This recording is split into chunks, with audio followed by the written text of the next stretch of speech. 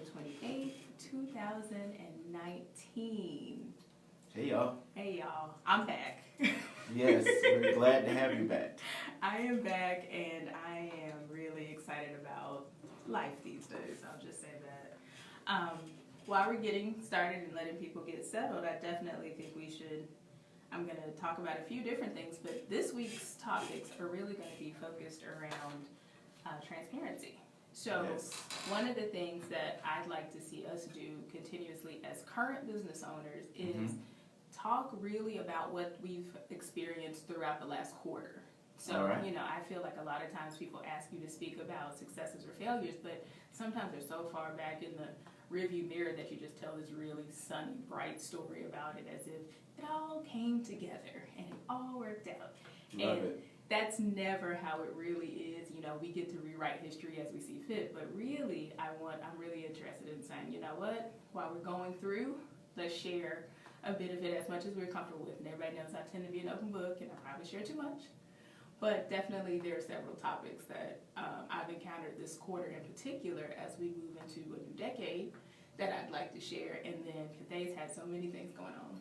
We both do. There's just been a lot going on. But I definitely want to reiterate how we as business owners do not speak candidly about failures, wins, neither one. It's like we hold on to these resources, and in the midst of it would be good to talk about it because it actually not only helps the community, but it helps the business owner to survive it. Absolutely. Getting through that struggle. So I'm going to jump right in and say you will notice that I've been absent for a few weeks. And we missed you very much so. I appreciate it.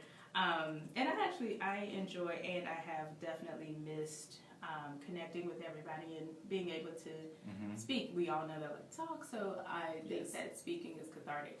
But I actually lost my grandmother this month, and so sorry for your loss. I appreciate that. But going through that process, anytime you experience death, you always end up really understanding a couple of things. One, the value of life, and then the value of a life well lived. And then on the backside of that, if anybody has ever had any final expenses or someone pass on that's very close to you, definitely thinking about covering the cost and what happens next is a whole thing. So, not to be too businessy, but death is a whole industry. Yes. You remember, I wanted to talk about it when my brother died, but I wasn't ready. So, I'm glad that you brought it up. And if you're ready to discuss, we can definitely go in details about because it does impact your business. It can. It can if you're not prepared. Well, let's start us off. First and foremost, we'll talk about the emotional side of losing anyone that's close to you, whether they were family or not. Yes. So as a business owner, I think a lot of times we feel like, oh, I can't do this, or I can't do that, or I can't take a day off, or I can't let anybody know what's going on. But I had found during this whole process, it was much easier for me to just be transparent and tell clients, people I had meetings with, people that were expecting me to show up, hey, this is what's going on. Now, you don't have to tell them everything about everything. Yes. But literally saying, hey, this is the situation. I did my best to honor any speaking engagements that I did have.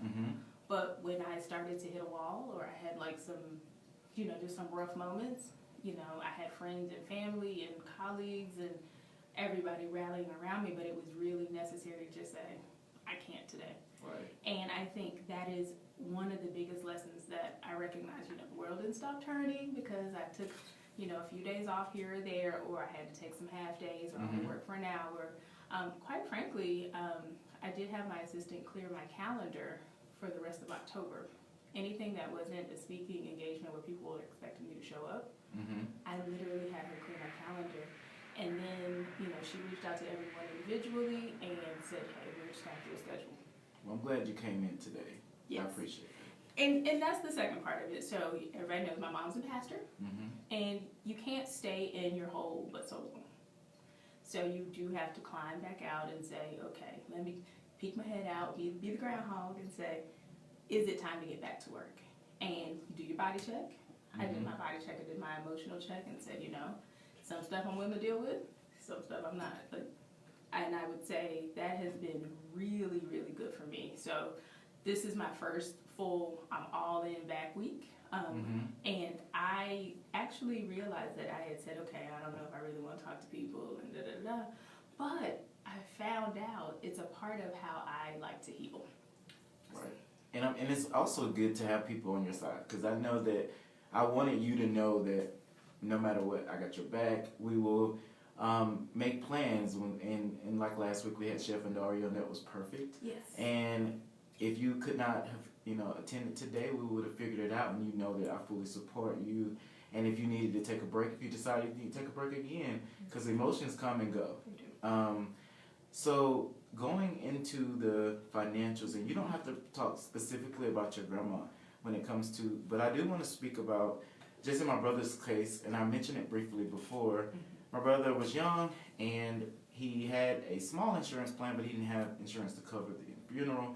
And so it was one of those things where I had to humble down, and I had to reach out to the community and say, in order for us to bury my brother in a way that he could be buried in a way that he, how he lived, and it not be something that leaves my parents in debt. Not only will I have to go into my savings, but I need the community support. So it was something that I had to sit back and say, how would this look to the public that I cannot pay $15,000-$20,000, because some people, that could be embarrassing. And it was a process that I had to go through in the midst of going through grief. And gratefully I had friends, I had you, I had other people that I could call on and say, what do I need to do in this moment?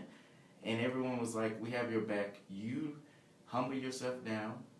And not those words specifically, but basically do what you have to do in order for you to bury your brother. Exactly. We talk about asking for help all the time in business. And while we like to all pretend that there's this, magical wall in between business and personal, they cross over. So as a business owner, if you have personal expenses that drain your savings or take, whatever revenue generation you have, there is no wall. The bills don't say, oh, wait a minute, we can't tap that cash. We don't want that cash. Right? And I was reading an article in Black Enterprise, and they were interviewing like some of the top CEOs.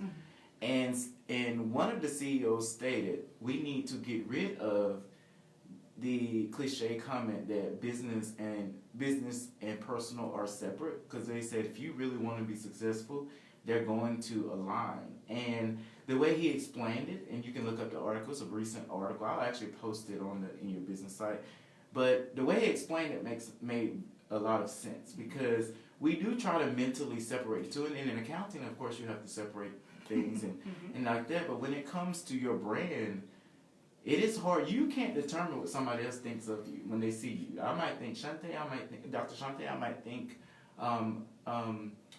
whatever, venture capitalist, I might think something totally different. All you can do is put the brand out there, but they may cross over, and they are going to cross over, and you're going to benefit sometime because of that crossover. But yeah, I just thought it was interesting. I would say I, as an investor, find that those business owners who incorporate themselves into their business and they have that drive behind it are way more successful. Why are they more successful? Because they're happier. Right. Because they are not trying to hide or put on a face. They're authentic. They show up in a very different way. And so I definitely encourage anyone, again, you don't have to expose everything, but you also should be true to yourself. And you don't have to brand. We're not saying to brand your business as you. Like when you go to Black Food Truck Fridays, you have me on the thing like, hey.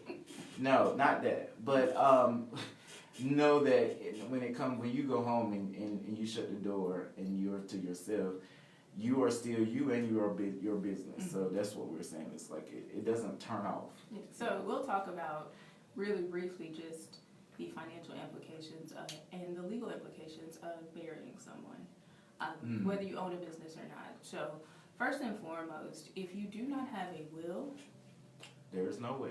I tell people if you don't have a will, you actually do have a will. The state will make one for you. They decide how to split up your assets for you. And so it is much better for you to just go ahead and bite the bullet. Nobody wants to think about it.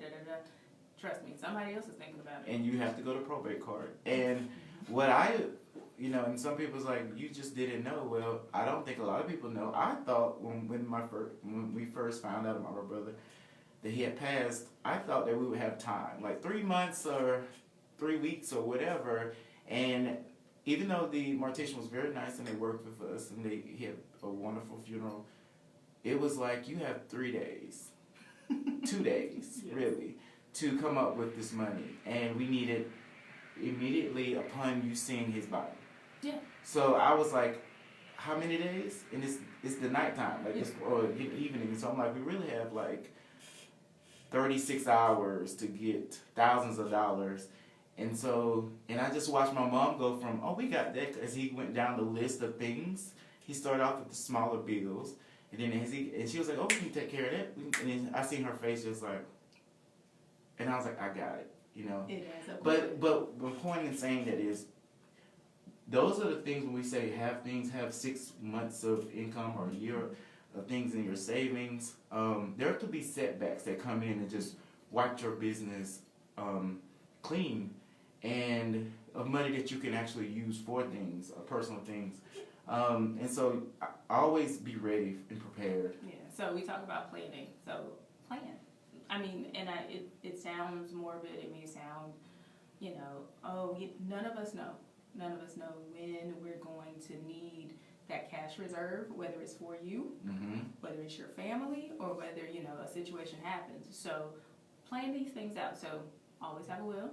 If you do not have insurance and you are young, you are missing the boat, because mm-hmm, insurance gets way more expensive if you get older. Yes. So every year you get out from it, and I know we have plenty of insurance brokers and agents that are in your business and Black Business Owners mm-hmm, and Black Chamber, but it's, everybody hears, oh, you sell insurance.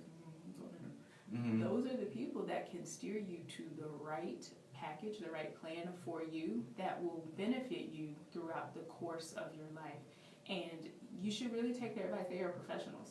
I'm not saying, one company is better than another, but I will say a good planner, a good financial planner, a good estate planner, a good attorney, and a good insurance agent or insurance broker will really help you keep that hedge around you. So if you're a business owner and you don't have key man insurance, mm-hmm, what is key man insurance? Key man insurance means I'm a key man, right?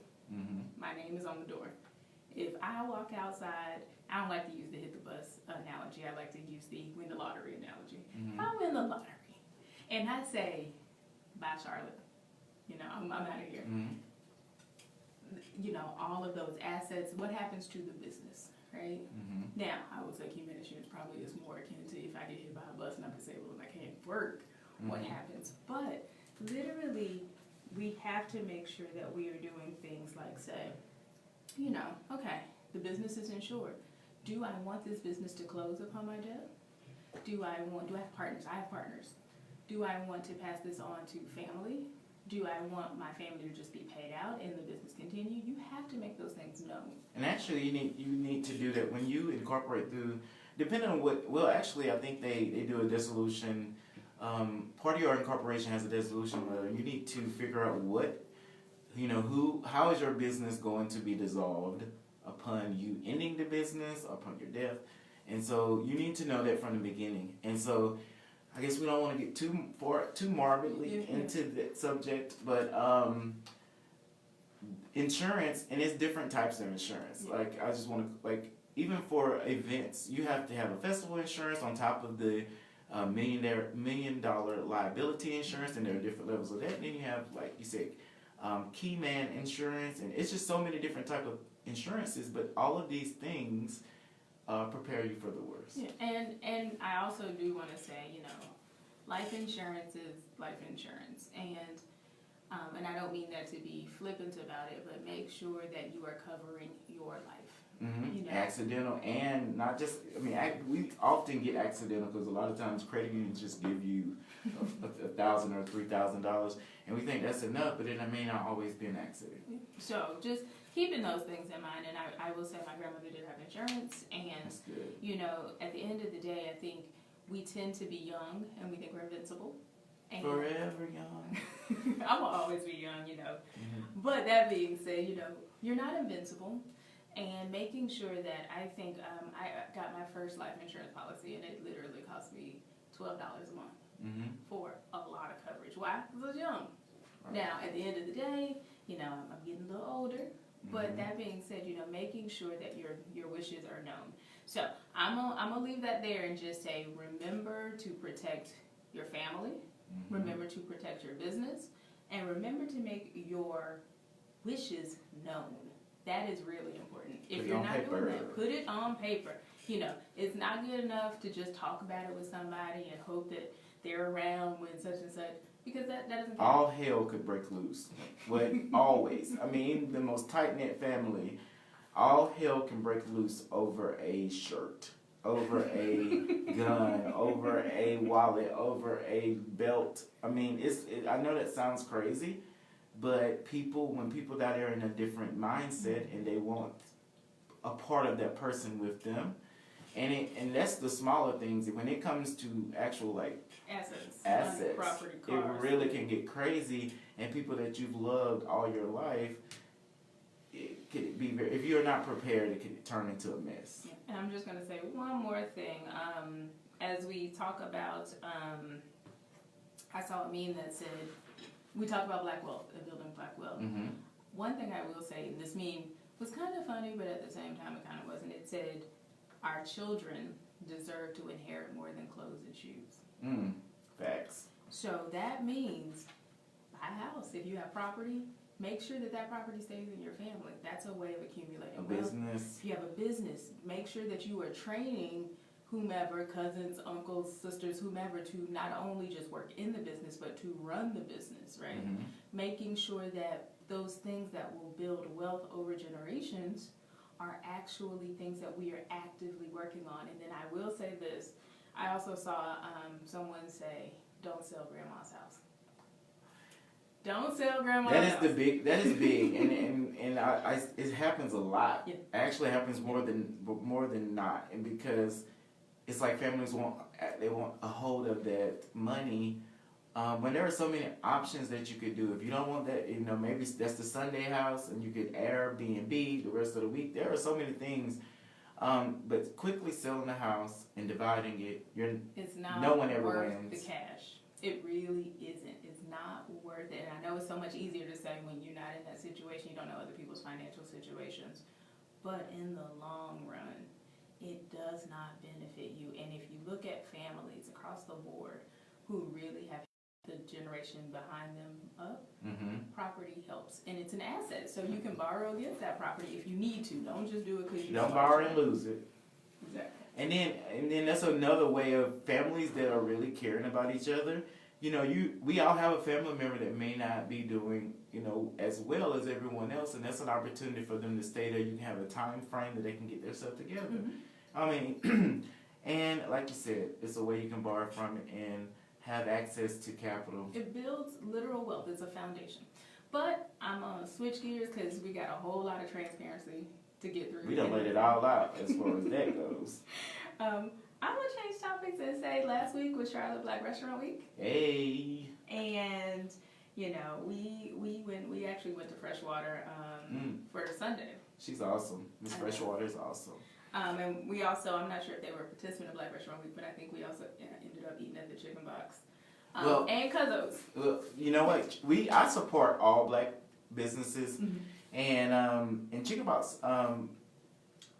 it's a place that I love to go to, and we noticed that during Charlotte Black Restaurant Week, we can't control when other people go to other places. Now, as far as them advertising that they're part of Black Restaurant Week, that's another deal, and legalities and things, but we encourage people to celebrate and support all black-owned restaurants. But as far as Charlotte Black Restaurant Week, it was a huge success. I mean, there's always room for improvement. There is, we definitely need more sponsors. We need more presence. But this year, we had over 100,000 website views. Actually, 107,000 website views in 7 days. And so, you know, that is, for the website just to launch last Saturday, that is huge. It's huge for Charlotte. And those people will likely return to the website to continue supporting these restaurants. And I was speaking to their different restaurants owners, and they were selling out. They were seeing just crazy numbers. Like the Nappy Chef had a line out the door. They opened at noon on, I think, Friday. Mm-hmm. And by 12:13, they had a line out the door. Yes. So, I mean, that is just amazing. And it's not just one restaurant stating that they did well. It's all of them and the specialty locations. And so, yes, it was a huge success. And we're going to do another event in the spring. And it's going to be called Savor Charlotte. Mm-hmm. It's going to be the spring edition of Charlotte Butt Restaurant Week. And so it continues. That's awesome. So, the importance of just getting out and supporting, not only with word of mouth, but with your dollars. Yes. And so I was talking before we got on about being on a diet and want to lose a little weight, but this was not the weekend for me to lose weight because I like macaroni. You can eat healthy. No, I mean, I'm trying to I didn't gain some weight. I mean, everybody's like, you don't gain weight, but it's in the right places and things. But I ate healthy the whole week. I had my portions together, and I worked out, and mentally worked out a lot, and yeah. So that's great. I would say looking forward to the spring edition, especially, Mm-hmm. I like patios, so, I like to take my food and eat outside, so I'll be definitely I can't wait. check marking all of those places that have some patio or some outdoor space because I like food and I like outside. So we need sponsors. Sponsors. We really need, I need to be more vocal about that. Like, mm-hmm. It's, for Charlotte Restaurant Week to be have, over 50,000 people. And we haven't had final numbers right now, but over 50,000 people RSVP, 57,000 people actually RSVP'd on the Eventbrite for that event. And even more probably just showed up. We don't know. But for that type of event, we should have major sponsors. And so because we don't, we're asking the community to come in and do small sponsorships. And then you may be able to do a major sponsorship. Who knows? But you'll see me talking more about the importance of sponsorships and how they can really help provide your business the exposure that those restaurants get. So that's awesome. So I will say then that means that we are at what, 5 months? Well, we starting now. I'm just saying we got 5 months to get your dollars and your coins. Yeah, get your coins together for sponsorship. Yeah, because we're gonna start announcing sponsors. Actually, we already have one commitment. Yay! That I can't. Well, it's not. It's a commitment. A commitment from a friend in California, and so I'm looking forward to that. Them supporting, and they want to have footprints in. So, LinkedIn is the way to go. Yes, it's definitely connecting me to people all over the United States and beyond. Oh, I love that, and the food was great. Oh God! Shout out to. Tell me his name. I'm bad with Chef and Daria. And Daria. Hey, Cuzzo's. I already knew what she was talking about because that lobster mac and cheese. Yeah. I am a traditionalist with my mac and cheese, but I did try it because he said that it was the hottest thing going on from last week's show, so I tried it. And I liked it, so. Shout out to Cuzzo's. I know they are very active on the west side, and that's what it's all about. Yes. Supporting those that support the community.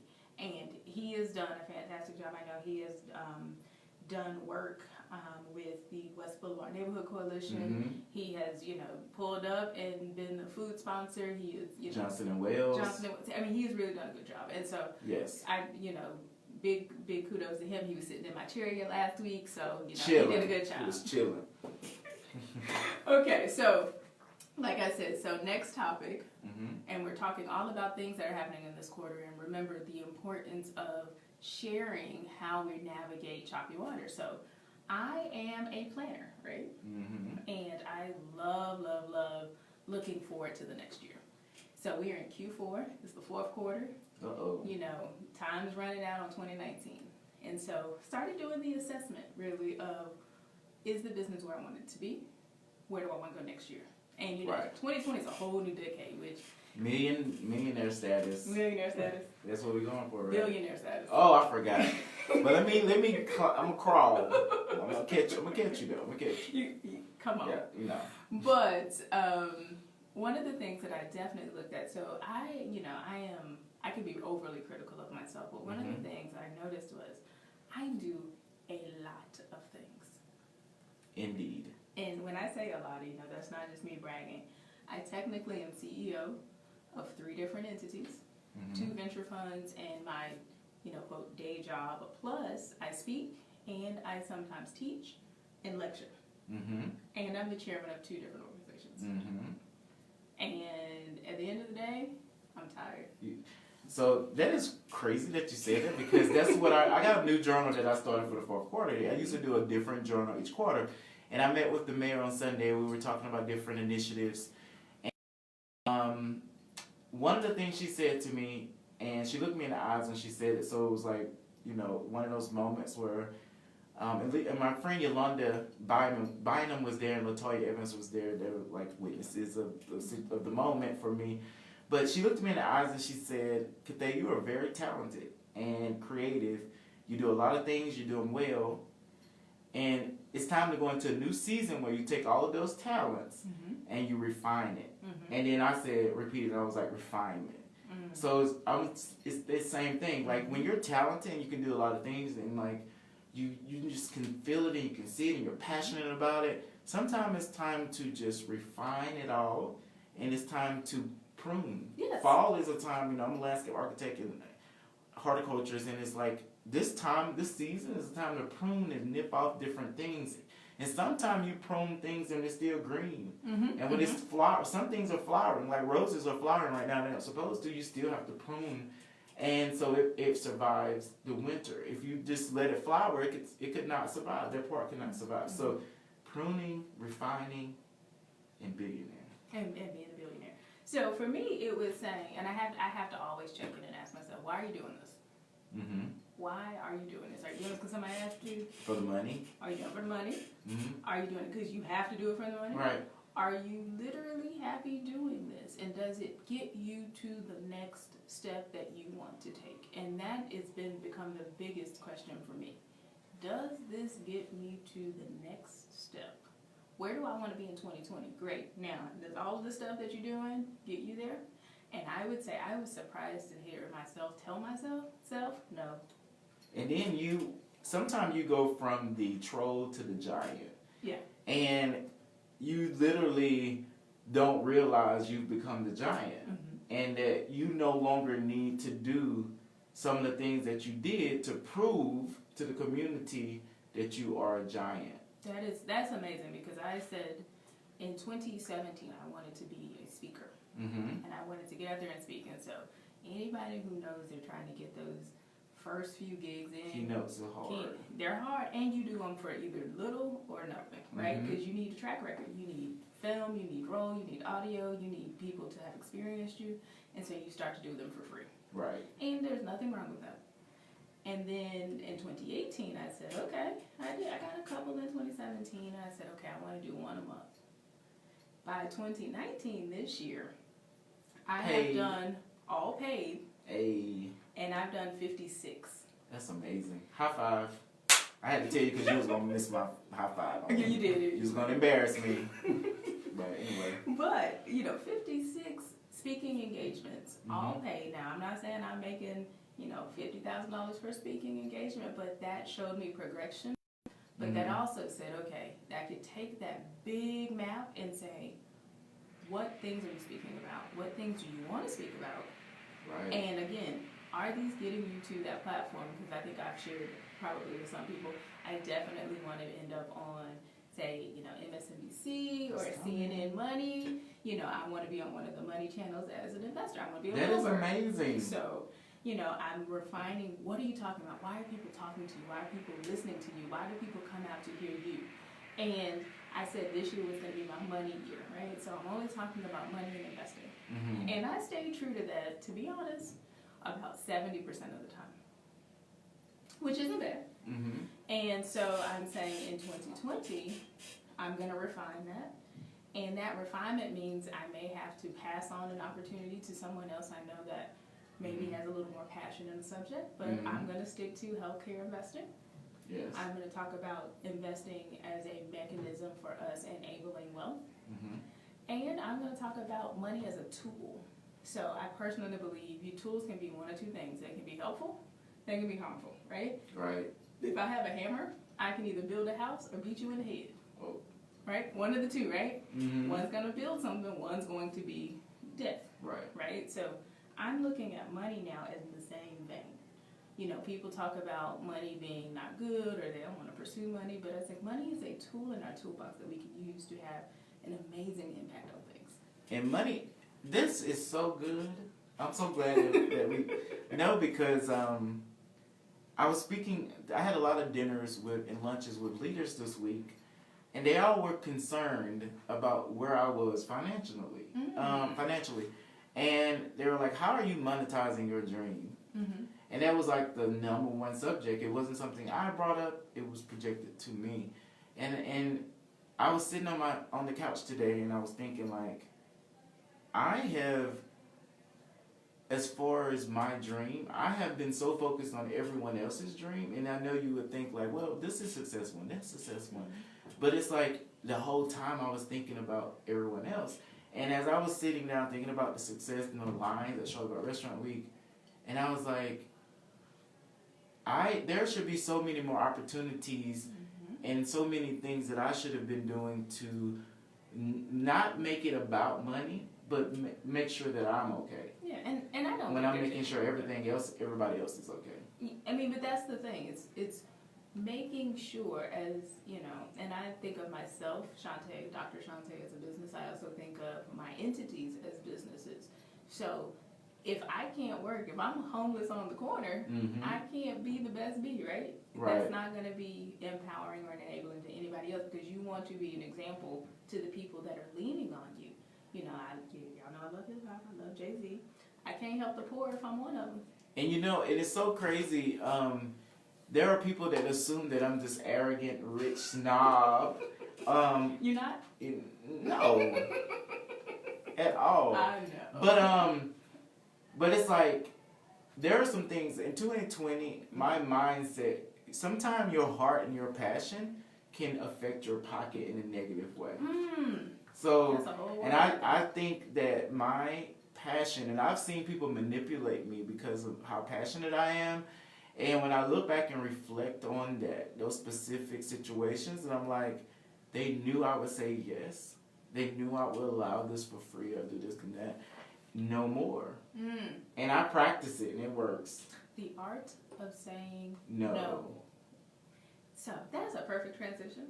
So last week was Women's Entrepreneurship Week. And I participated in a panel at Queen's University of Charlotte for their Entrepreneurship Leaders Circle, I think it's called.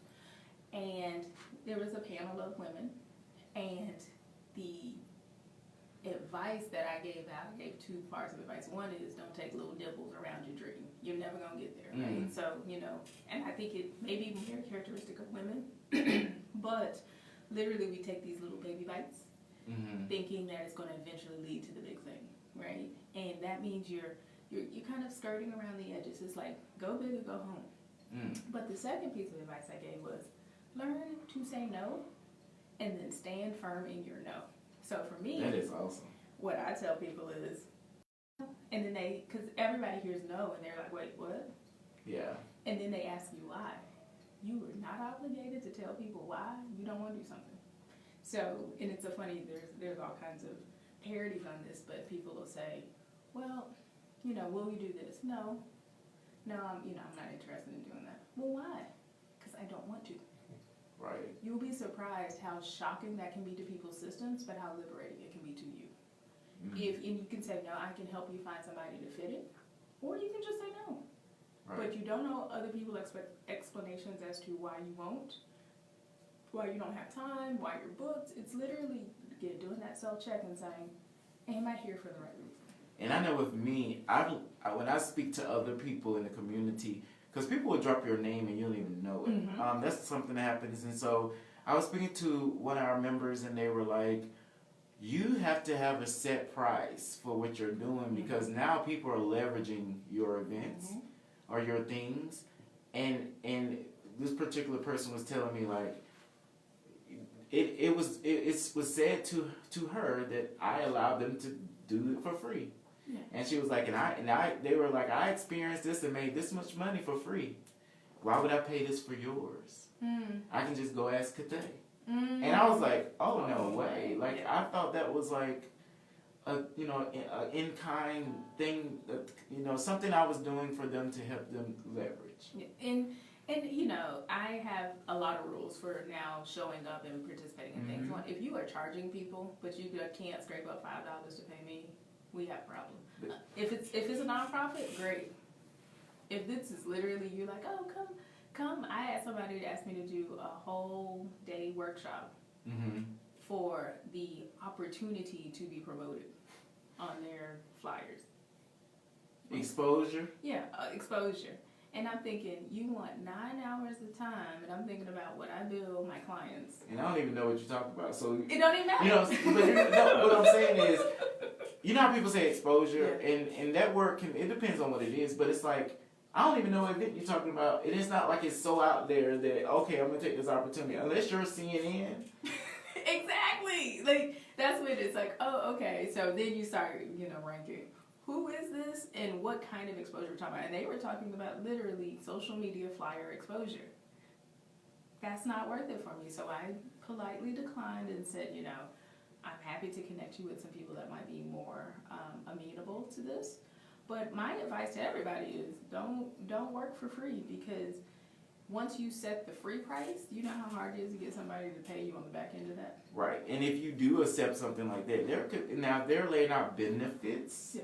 Like ongoing benefits or membership or different things that's like, okay, I could leverage this, and if they have a strategy plan of how you're going to be marketed. Yeah. Like, don't just say I'll be marketing. Like, what is specifically are you going to do? How many leads could I possibly get?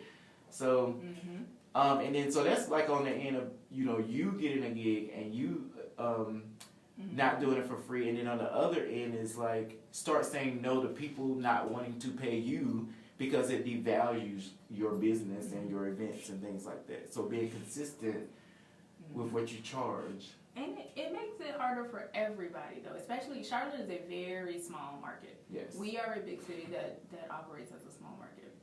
And so what I have found, and there is a lot of really great women's empowerment speakers that will tell you, do not accept a keynote for free. Because it hurts everybody. It hurts everybody. And you know, again, you have to weigh the benefits for you, and there may be something baked into that you can expand or afford that. But you know, I've learned from a lot of my male colleagues, if people really want you, they will pay. They will figure out how to pay you. And I have some male colleagues that they will just be like, yeah, I don't know, $12,000. So you definitely think males are getting paid way more than females? I think they at least are bold enough to ask. And then, wow. And so how do you what do you do to change that? Because me personally, I would just, if it was a male versus a female, I like the compassion, and this is maybe being stereotypical and me saying that, but I get lifted a lot by female speakers, and it's more motivating for me. So I would see it as something where I would be paying more to. But I think again, it's the boldness to ask, and that's where, you know, speaking to this room of women, if you don't ask, you're not going to receive. You know, the Bible says you have not because you ask not. Closed mouth don't get fed. And when you ask wrong. So, you know, when you come into the situation, always know, you know, this is what, you know, here's my speaker sheet, this is what I've done. If you feel like you need that backup and that proof, but you have to ask. I can tell you, I've been on panels where nobody else actually asked if this, you know, if there was an honorarium or if there was some, you know, payment. And so they just didn't give it to them. I asked and I got it. So I'm literally sitting next to people who are sitting there and they're doing it for free. Right. And so you have to be bold enough to ask. Now, again, you have to make sure that it aligns with, you know, there may be some other goals, and money is not the ultimate goal, but if it's part of my revenue generation model for myself. So I did my self check, and I noticed, okay, again, streamlining. So 2020, I'm excited because See the South is coming back for the second year in January, and I'll be a speaker there. That's amazing. And it's a great event. It fits exactly what it is that I want to be doing. And so if you are a speaker, or if you are a keynote speaker, or you are looking to present a conference or workshops, now is the time to be looking at 2020, because I can tell you I'm already seeing calls for speakers through June of next year. And that's great advice. I mean, you just gave amazing advice. And so when it comes to speaking and the price point, so could you give some advice on how do I set, you know, if I was, how do because I was doing research on that and I seen it was across the board as far as how much people, does it go by how long you've been speaking, does it go by, because you could just start speaking but you could be very popular. Mm-hmm. So how do you equate that? Is it both? It's assessing value, right? So, for example, I can tell you that being a woman who has a medical background, who is an investor, who has the experience and track record, I'm kind of a commodity, right? So High commodity. Hey. I like to think so. Yes. But that's definitely something that's a little more niche, and that means that, you know, I can craft my pricing around me being specialized. So find your niche. Yes. And that's a big deal. If you want to talk about entrepreneurship, I can find right now, sitting here, at least 50 people that'll come and talk about the value of entrepreneurship. That's not a niche. That's not anything and not that it's not important, but it's not specific enough for me to, you know, command a higher price. So you got to realize, you know, what is it? And really drill down, because don't be a take all kinds of talks. Really say, how do I specialize? So that's one. Two, the more organized you are as a speaker, do you have a website? Do you have video, audio? Do you have things that say, hey, this is my material, this is what I cover? You know, really give people a flavor and a taste to say, hey, this is where I've been. So I will say, and again, being transparent, I am terrible at making sure that I collect samples of my work. And because I am bad at that, I don't have as robust of a record right now, but I'm taking the time to gather all that stuff. Right. Pictures, photography, audio, video, all of those things that are really important. So. And this show is, I think, when people see it, they were like, I want to have her. I hope so. But I think so. I definitely think that's one of the biggest things that people miss. You can't just raise your hand and say I'm a speaker, right? Also, Can I say something? Can I say something? Content creation. If you are generating content specific to your topic, that also helps you command a higher price, because then you are an expert in your field versus just somebody talking about some stuff. Right. So that's, you know, longevity. And frankly, and this is a pet peeve of mine, and maybe I'm a little judgy, but I find people try to just jump on whatever the hot topic is for them. And that really does you a disservice, because you can't be flitting from one thing to the other, especially in our social media environment. You know, something's gonna be hot for a few days, and then, or a few weeks, maybe a few months. But all the people who maybe, and again, don't beat me up online, guys, but if you're a person that was like, oh my God, I'm only going out here and I'm gonna talk about the Me Too movement, that's actually too specific. Maybe what you should talk about is the empowering women or empowering those who have been abused, you know, to get to the next level. That's a topic you can take on. But if you became a Me Too speaker, how many times have you really heard that in the media over the last month? Right.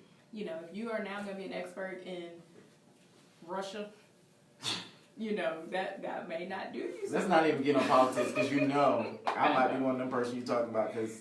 But think about really how you are crafting and honing what you speak on. That's not to say you never speak on that specific topic if it's buzzy, but you cannot build a whole career on the thing that people are looking at for 5 minutes. Right. I'm just going to stop it all and just go into politics and just really just run for president. Right. Well. Not. I don't know. I might vote for you. No, it's not politics. You know what? I do want to talk. We on transparency. Transparency.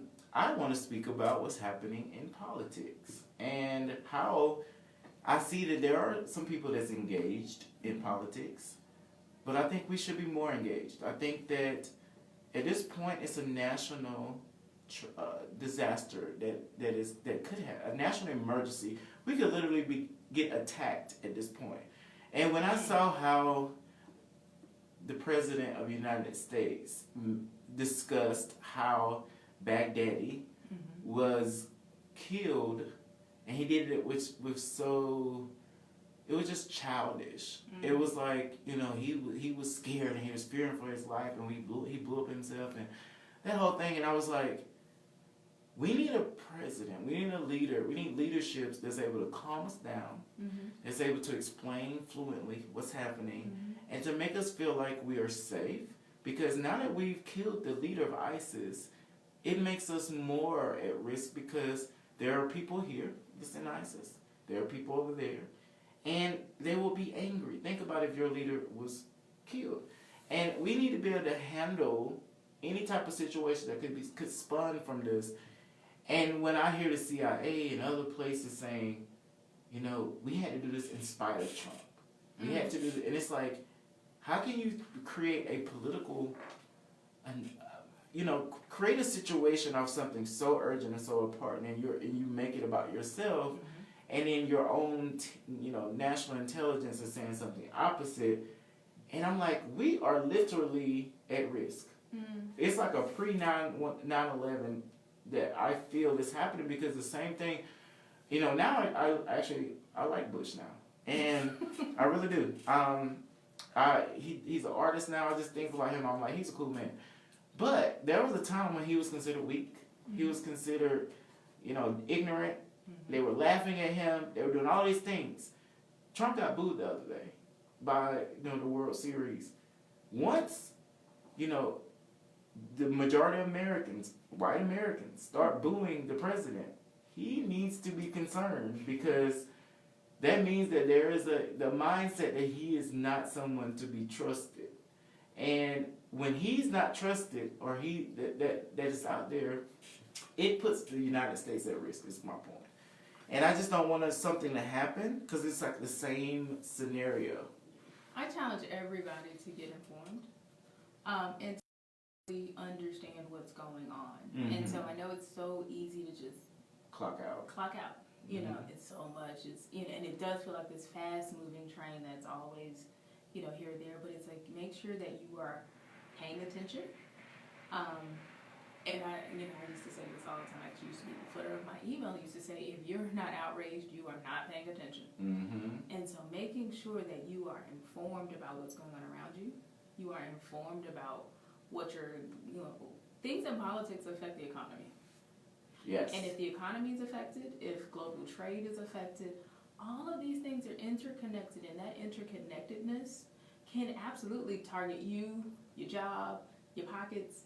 I will say this, and again, tying it all back to, you know, the nature of my business, I have foreign investors in my venture fund. So, you know, the global economy is important to me, but our local or national politics affects that. So I have to make sure if you're acting crazy over here, it doesn't affect the relations or the, you know, connections and relationships that I have worldwide, because if they are affected, again, that affects my bottom line. Yes. So I have to be informed about how all of these things work together. None of this stuff happens in a vacuum. And we can think we can just turn it off. I won't engage on social media. I won't watch the news, But putting your head in the sand does not help you. And you don't have to be vocal as saying put it on Facebook and tell everybody, because I know that I get it. Some people tell me all the time, there's like, you know, that is kind of risky talking about those things. You do you. You know, I just decide that I want to inform people, and I do that. But don't tell me that I shouldn't. And then know some things, be informed.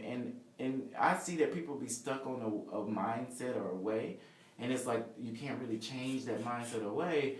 And it's like you need to be also open to things are changing fast, and your opinion today may be different tomorrow. And I just pray for us all. Yeah. And I'm praying in advance. Praying in advance, absolutely. Yeah. Let's switch to local politics real quick. I think we got a couple of minutes left. Okay. Now, I will tell you, I have been fascinated by our blue line, or the blue line, I don't know, this rail car that's going to Atlanta? Not the other one, okay. The one in Charlotte. And now the one in Atlanta could be super cool if we could end up being able to get to Atlanta in under 2 hours. Yeah. I would be all for that. It's going to happen. I think it'll happen, but it's expensive, right? Charlotte is considering transit the opposite way. East-west. Yes, east-west, that is going towards, I believe, the airport. Mm-hmm. And yeah. I think it's going to the airport. Yeah. But what's really fascinating is there is supposed to be a vote tonight in the city council for $50 million. And I'm thinking, okay, so we're going to get this project started. No, the $50 million is for the report to tell us how much it'll cost. $50 million. I learned that being on public art commission. If you are a person that can come and appraise, and I forgot the specific name of the person that comes and basically says it surveys and then writes a report, they get paid a lot of money. $50 million to tell us a detailed pricing of what it will cost. Now, I will also say this. I don't really know what that entails, but $50 million to do a study to see whether or not we can even afford to do the thing we wanted to do seems like a really big investment. Now, I'm not saying it's not worth it. I'm just saying I think we should really have a lot of transparency and talking to all these small business owners.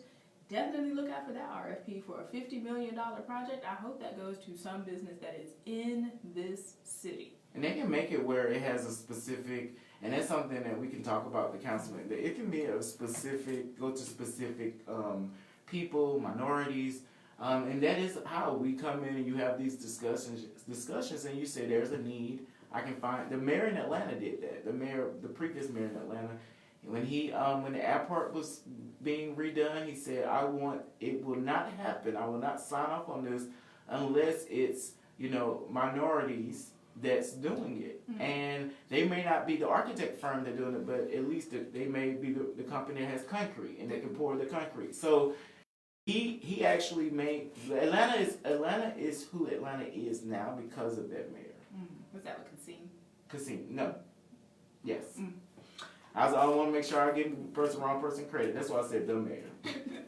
So, but just keeping in mind now, I'm not going to put a stake in the ground for or against whether they should take the vote and go forward. But if we're going to spend our taxpayer dollars on that report, then we need to be keeping an eye on who gets that money, who is completing this. $50 million can make a huge difference in a lot of people's businesses, right? Right. So that's one thing. And then the last thing, and I know this is near and dear to your heart, so you can educate us a little bit. Don't look scared. We have a bit of a sales tax question referendum coming up on. Actually, you can vote now. It's early voting has started. And really asking the question, tell us about this arts sales tax increase. And tell us, and I'm going to say from your perspective, because I have a perspective, but I cannot say that I am as well versed as somebody who was on the Public Arts Commission. Yes, so before it all got out in the public, we were already discussing the importance of this tax and how to roll the tax out and who it would benefit. Mm-hmm. And what I think I saw early on, even though they were, I think they did a good job rolling it out, there were community leaders that automatically compared this tax to situations like the Charlotte housing crisis and other things that are not, they're totally different when it comes into how they're taxed. And this specific tax is it's 1/4 of a penny. So it's very, very low. But let me talk about the benefits of the tax. The benefits of the tax, it is going to help fund our parks. It's going to help fund art education. It's going to bring resources to schools. And so we have to really think about that when we're saying, when we're saying, oh, this is not good for our community, because we don't, and it shows, especially African American community. As an art teacher for 8 years, I noticed that art is not always valued because we see it as that's an extra, that's elective, but actually, the students that were able to have access to art are always the ones that's most successful because it gives them an outlet. It gives them, and as an art teacher, what I do is I do interdisciplinary art lessons. So I am able to take math and science and all these other things and incorporate it into my lesson. And my point in saying this is we need art. And we need, and it's not just going to impact art though, it's going to impact, like I said, education and the parks in Charlotte. And Charlotte is known for our wonderful parks. And it's not going to hurt your pocket by voting for this tax. So I agree. We want well-rounded students. We want well-rounded citizens. To be the city we are looking to be. Going forward. I will say my one concern is we were granted by our state legislature the ability to raise our county taxes by 1/4%. Mm-hmm. You're right, 1/4 of a penny. Right. And once we use that, kind of ticket, if you will, we will have to go back to the state legislature if we need to fund, say, I don't know, a railway project going to the airport or going to Gaston County. So and like I said, I think, that's a consideration because we don't seem to have very friendly ties with the folks in Raleigh. Mm-hmm. So, but I do see the value and I understand the value of having, I would say a creative outlet, and that's everything from music to dance to writing, Mm-hmm. to painting to, everything in between, and making sure that we don't only place the value of education in, the next coders of the world, or whatever that is. And I think, and it has been documented that some of the best scientific or technological minds actually use art Mm-hmm. as an outlet. For example, a lot of scientists, chefs, and bake. Mm-hmm. Why? It's a creative outlet. It allows them to express themselves, and it takes their mind off, or it enhances what they're thinking about when they're in the lab. And there's one more thing. Mm-hmm. As far as, serving on the Public Art Commission, I saw the value in putting an art piece, Mm-hmm. in a community. When I first started, we didn't have neighborhood art. And that was the first thing that I mentioned was we need put art in places, but I was very specific. I wanted to go into poor neighborhoods. Mm-hmm. I wanted them to be able to have the opportunity to see what a sculpture looks like, to have that engagement and being able to touch, feel, and have that ethos of what it is to have, a sculpture in public art, not just graffiti. Mm-hmm. And so that's something that was implemented and is doing well now. It's been in we have over 50 pieces that have been placed in specific neighborhoods. And now neighborhoods are starting their own public projects. Mm-hmm. As a business owner, anytime we're investing in the area, Mm-hmm. it is attracting people to Charlotte. Mm-hmm. So the more we attract, like Phoenix has an amazing public art program. Mm-hmm. And Phoenix, it attracts people there just for their public art. Mm-hmm. People have weddings in front of the firebird, the bird that's in front of the Phoenix, yeah, Mm-hmm. that's in front of Levine. The Levine Arts, that area, but the backwood, yes. Mm-hmm. So people actually have weddings, plan their wedding photos there. So anytime we're attracting people, in Romare Bearden Park, Mm-hmm. we have the sculpture, and that particular sculpture was done by Richard Hunt. I got to meet Richard Hunt. Mm-hmm. Richard Hunt was best friends with Romare Bearden, Mm-hmm. and so that's a story, and that's a story the community may not understand and know, but to have someone that was best friends with the artist that we are honoring, Mm-hmm. the park that we're in that park, to have him create the sculpture, and he's he's older now at this point. That is a story that the community needs to know, and that park would not be the park that it is if we not have those dollars. Exactly. Well, I will say inspiration can be found anywhere, and if you ever want to be inspired, walk into a park and sit, watch the people, Mm-hmm. look at the surroundings, and it could absolutely change the way you think about things. I think we have run out of time. Yes, we have. But I'm going to say two things. One, where can we find you this week? Resting. Yes. Yes, I'm going on vacation sometime this week and just taking a break, and then we're gonna do Buy Black on Black Friday, November 29th. Mm-hmm. We'll get out the location. Mm-hmm. We're trying to see what's the best location, inside, outside. We're gonna have doorbusters. So that's November 29th from 2 to 9. look out on Facebook for Buy Black on Black Friday. And it's the 3rd annual event. Awesome. And tip of the week for people. Yeah, tip of the week is do not downgrade your dream. Instead, upgrade your conviction. Okay, well, y'all doodle on that. And I will say this week I will also be planning for the most part. I am going to be getting more involved in an organization called Shelters to Shutters. Okay. Which is a housing program, a national organization that Need is it. coming into Charlotte to help people transition Mm-hmm. from the shelters, giving them employment, and then helping them to have permanent housing. So that's going to be exciting. When is that? I would like that's I love that. When is? Well, I will keep everybody posted. So I know I just Okay. talked about slim No, things that's- down, but I'll just say this: I did take a That's a position good with thing. them, but. Okay. It's an organization coming into our area, and it's one I of the love things I'm it. really passionate about.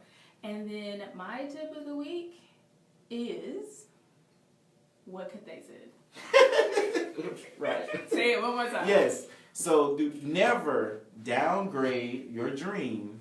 Instead, upgrade your conviction. Awesome. Well, that is us. I'm Dr. Shantae, I'm Kathay Dawkins. and this was In Your Business. Shout out to Queen City Podcast Yes. Network for hosting us Yes. and allowing us to rattle on. Yes. Always going over. Ooh, I'm so sorry. See you guys next week. All right.